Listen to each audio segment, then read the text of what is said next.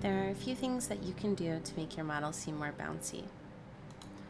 You're going to go to your settings, and then you're going to go to this third tab. You're going to scroll all the way down until you see face up and down. These numbers right here are what we're going to be changing. So pay attention to this red dot. This red dot, as I go up, it goes up to this bar. As I go down, it goes down.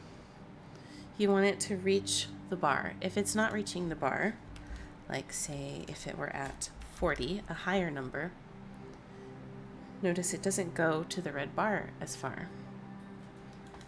So we would want to lower it to a smaller number. Try to keep the numbers the same.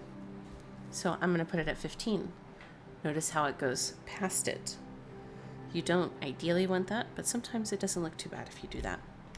So I will put mine at 20. 20 might not be the correct number for you. It's different for every body and every model and every lighting and every webcam. So find the numbers that fit best with you. The top one is always going to be positive. The bottom one is always going to be negative. So notice the difference in my head when it's at 20 versus when it's at 40. I have a lot less movement. Now we're going to do the same for your body Y. Y means up and down. X means left and right. So if you find that your left and right is not looking so well, you'll do it for the left and right. But just for the bouncy purposes, we're going to do Y. Y is up and down. So let's put it at 50. That's a higher number.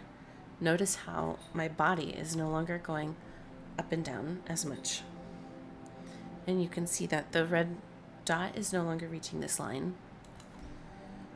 So we're going to put it back down. Let's try 20. Now the red dot is moving, and you can see my body has much more movement to it. Other things that are going to help you is lighting. Lighting is very important.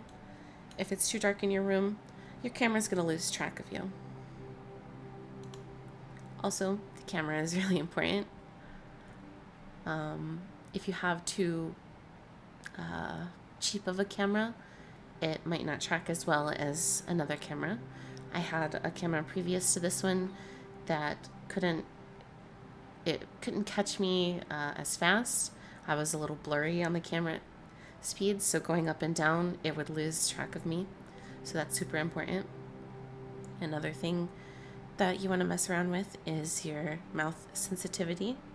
I have it dark in my room right now, so it's hard to see my tracking. So I have my mouth turned up all the way, so you can see my mouth opening, but that's only because it's dark in my room.